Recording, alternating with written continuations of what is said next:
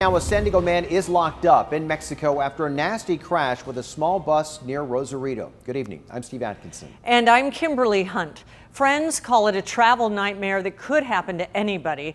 10 News anchor Derek Stahl explains the mistake the man made that's keeping him behind bars. 41-year-old Rob Thomas snapped this photo with his girlfriend Saturday while on a surf trip in Rosarito.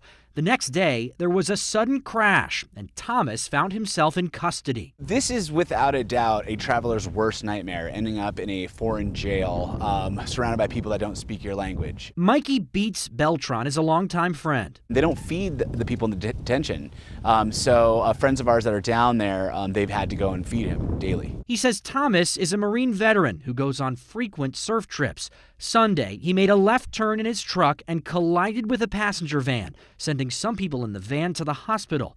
Mexican authorities determined Thomas was at fault and have been holding him until he can cover the costs of the accident.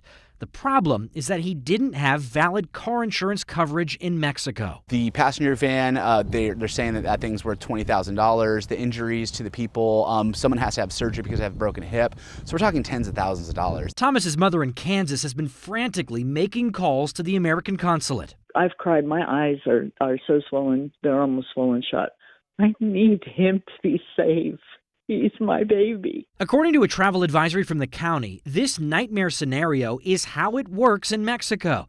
Drivers who are at fault in a crash have to demonstrate they can cover costs before they are released, either with cash or proof of Mexican insurance. You are gambling if you do go down there without car insurance, and this is the worst case scenario that can happen. Derek Stahl, 10 News.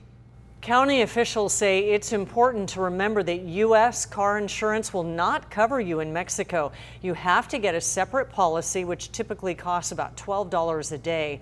Thomas's friends are now turning to GoFundMe to raise money.